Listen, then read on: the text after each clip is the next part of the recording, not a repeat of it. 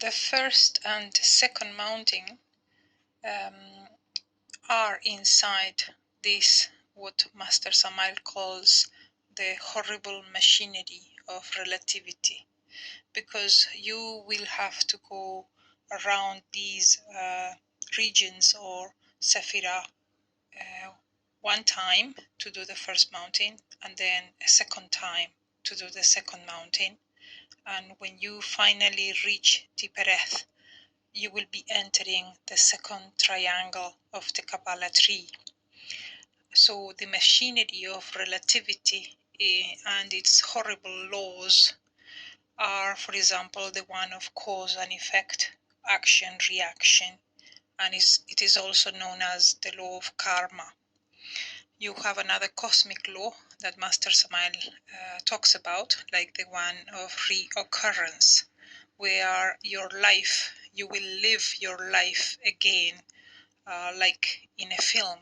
You will be inside the film, repeating your actions as it happened in your previous lives. And then you also have another cosmic law, which is the one of return, where everybody who goes along the horizontal path just, is born, lives, then he dies, and then is sent back. Basically, we are talking about Ezekiel's wheel, and that everything is inside that wheel, and we are all inside that wheel to begin with. You need to remember that every person, every adept who starts the path will start to climb the Kabbalah tree. And the Sephiro Malkuth, the physical body, Yesod, the vital body, Hod, the astral, Netzach, the mental body, and Tipereth, the causal body. These Sephiro correspond to the land of no being, where the ego is in charge of the human machine, and the ego is in control of the 5 centers inside the human body. And of course, this is when Samael says that we must pass through the Buddhist annihilation, the total death of the ego, in order to achieve liberation. When he speaks of liberation, there are two types of liberation. There is partial liberation, because you enter the third mountain. And then there is the final liberation, when you reach the top of the Kabbalah tree. Going back to the topic of astrals and dreams in general, every adept will have similar dreams or astral experiences that I have noted that they get repeated, because every adept has been taken out of the ocean like a fish. So the first dreams will normally occur near the shore, near the seaside. Next, you will have astrals where the person is at home, and at that level, he or she will wake up inside his home and see people around inside the house. And we're not talking about people, but we're talking about ego people. Yes? So these are common astrals. As the adept works on killing the ego, naturally it will occur that suddenly one day he or she has a backpack and starts a journey towards the mountain. So level by level, the person, the adept, will start moving from one spiritual level to another. But most dreams will happen inside his or she or her psychological city, where he will be surrounded by people, ego people. Now, these are common astral experiences.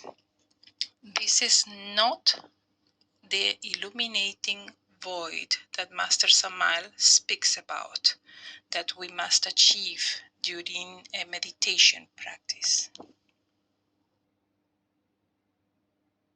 Now, going back to the Kabbalah tree, if you take a look, when an adept manages to enter the third mountain, then naturally he will be entering the second triangle of the Kabbalah tree. So we are talking about Sephiro Tipereth, Geburah, and Chesed. We are talking now, or we are entering now, in the land of the being, of Buddhi Atman. And this is the land where the illuminating void occurs naturally to those adepts that enter the third mountain. Of course, what Master Samael wants is for every adept to be able to experience the illuminating void before reaching the third mountain, because it is possible. And that's why he gives the technique, the meditation technique, with the mantra Ham Sa, in order to reach the illuminating void now, for any adept who starts the path without having to wait until, for years until you reach the third mountain. So, to summarize, first I explained to you the land of no being, where the ego is in charge, where you are inside Ezekiel's wheel, and there are the horrible laws of the machinery of relativity. And that is all along the first and second mountains. And next, in the second triangle of the Kabbalah tree, you finally enter the land of the being, Atman. But in order to enter that land, you need to pass through the Buddhist annihilation.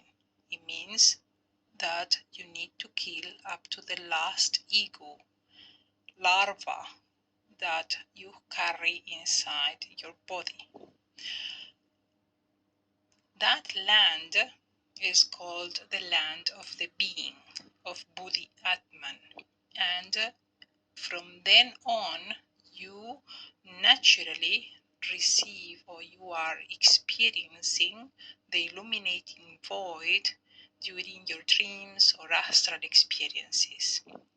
As I said earlier, any adept, through the practice of meditation, can have his essence unfolding inside the illuminating void from the beginning of the path, from while he is walking inside the first triangle of the Kabbalah tree.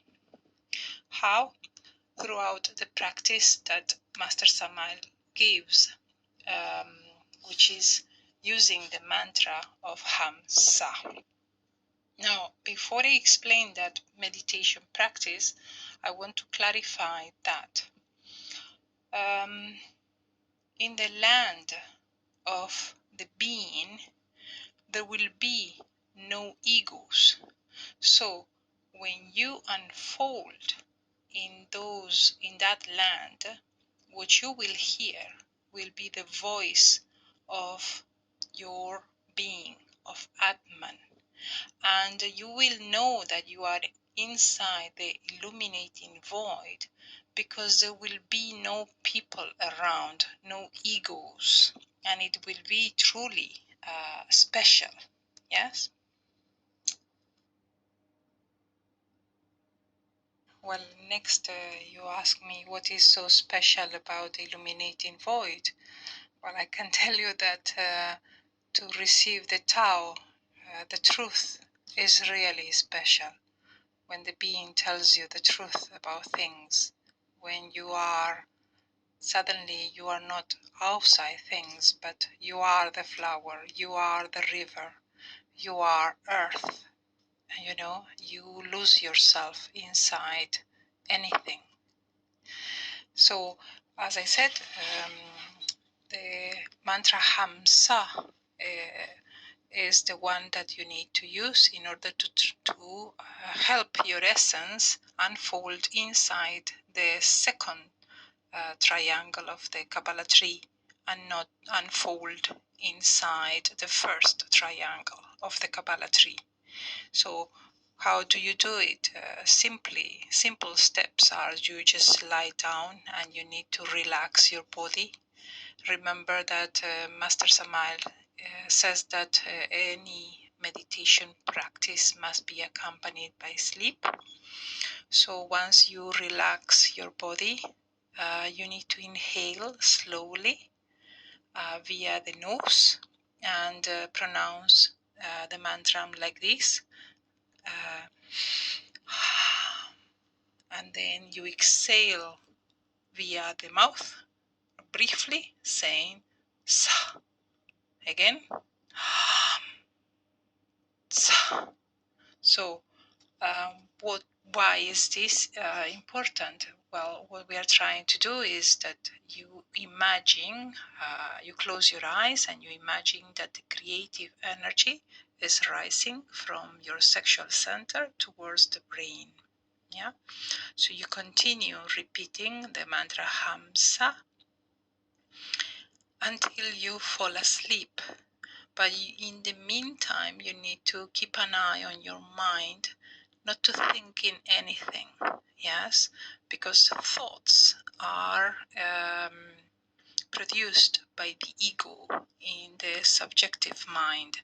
So any thought will become an obstacle, because as I said to you, what you are trying to do is that your essence will unfold, yes, inside the second triangle, yes, in the superior dimensions. We are talking about inside Tipereth or Geburah or the Sephira, Chesed, not inside the first triangle of the Kabbalah tree, where you will have a common astral.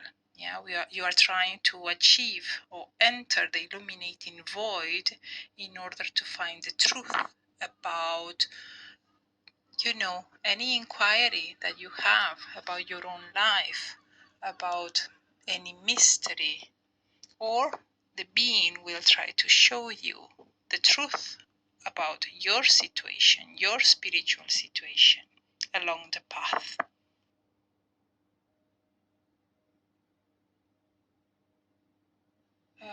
I will mention what Master Samael mentions, which is to have patience and to practice this meditation with the mantra Hamsa until it gives you results, because it's worth it to be able to experience the Tao. The truth is something unique. If you take a look at my videos, in many of my videos, those astral experiences where I mention my being, those were astral experiences inside the illuminating void. Now, if you go back to the Kabbalah tree, I want to talk about the last stage, the third triangle. Naturally,